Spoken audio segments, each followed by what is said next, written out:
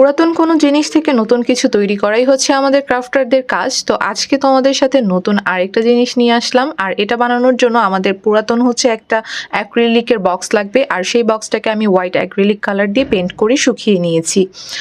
এখন আমাদের কি করতে হবে, এখন হচ্ছে আমি একটু মোল্ডেড ক্লে নিয়ে নিলাম, আর এটাকে হচ্ছে হাতের সাহায্যে ঘুরিয়ে ঘুরিয়ে এরকম একটা শেপ দিয়ে নিলাম। অ্যান্ড এই শেপটা দেওয়ার পরে আমি হচ্ছে বক্সে অ্যাটাচ করে দিব। এটার জন্য আমি একটু গ্লু ইউজ করছি। দেন হচ্ছে আমি পাপড়িগুলো বানাবো, আর পাপড়িগুলো বানানো কিন্তু একদমই ইজি। আর পাপড়িগুলোকে হচ্ছে আমি আরেকটু মসৃণ করার জন্য এখানে ওয়াটার ইউজ করছি।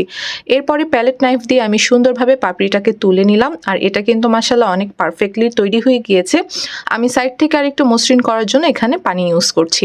তোমরা চাইলে হচ্ছে তোমাদের ক্লেটা যদি ওয়াটারি থাকে তাহলে কিন্তু পানি ইউজ করার প্রয়োজন নেই। আমারটা একটু ড্রাই ছিল, এই জন্য আমি পানি ইউজ করেছি।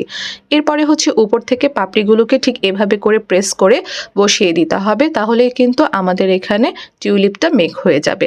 আর এগুলোকে মেক করার পরে প্রপারলিভাবে শুকিয়ে নিতে হবে। তারপরে হচ্ছে আমি এখানে পাতাও দিয়ে দিলাম। তো এটাকে শুকানোর পরে আমি কালার করে নেক্সট পার্টে তোমাদের জন্য আপলোড করে দিব। এটা কেমন লেগেছে অবশ্যই কিন্তু তোমরা কমেন্টে জানাতে ভুলবে না। আর ভালো লাগলে কিন্তু অবশ্যই লাইক, কমেন্ট এবং ফলো করে দিবে। আল্লাহ হাফিজ।